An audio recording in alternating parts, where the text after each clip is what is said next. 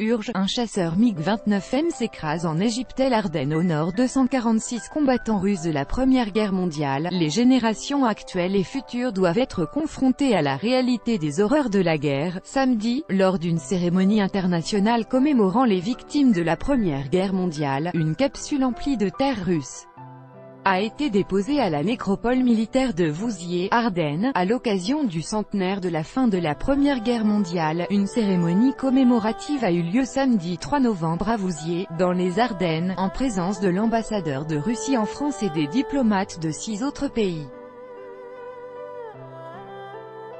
Les diplomates et hauts responsables russes, tchèques, slovaques, belges, allemands et français ont chacun placé des capsules contenant un peu du sol de leur pays dans une urne en granit, laquelle a ensuite été ensevelie sous une stèle en marbre noir.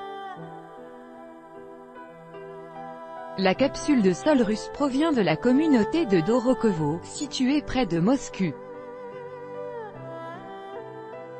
La Fédération de Russie apprécie hautement l'immense travail effectué par nos amis français, afin de rendre hommage et pérenniser l'exploit sur le sol français de 246 braves combattants et prisonniers venus de la Russie lointaine, et inhumés à la nécropole de Chestre-à-Vouziers, a déclaré le conseiller de l'ambassade de Russie en France Artem Studenikov dans un communiqué. Copyright Sputnik. Les Ardennes au nord. 246 combattants russes de la Première Guerre mondiale. Selon le maire de cette ville française, Yann Dugard, la nécropole militaire est internationale, car elle abrite les restes de soldats français, russes, belges, allemands, tchèques et slovaques, morts dans le département des Ardennes.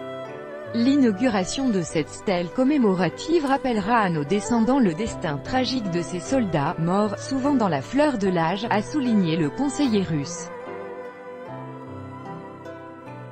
Les générations actuelles et futures doivent être confrontées à la réalité des horreurs de la guerre. Elles doivent continuer à avancer sur le chemin de la réconciliation et de la coopération pour la paix et l'amitié entre les peuples.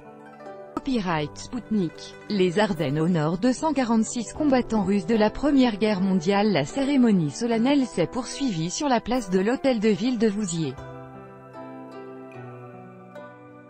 Les représentants des délégations ont déposé des gerbes au monument aux morts, ont ravivé la flamme grâce à un flambeau allumé à la flamme du souvenir, sur la tombe du soldat inconnu sous l'Arc de Triomphe à Paris.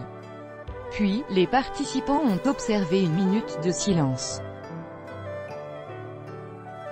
La cérémonie marquant le 100e anniversaire de la libération de Vouziers a réuni des centaines d'invités, issus de la population locale et des villes voisines.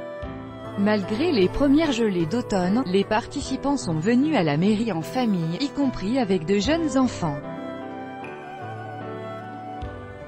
À la fin de la célébration, les invités de haut rang des différents pays se sont tenus par la main, en signe d'amitié entre les États.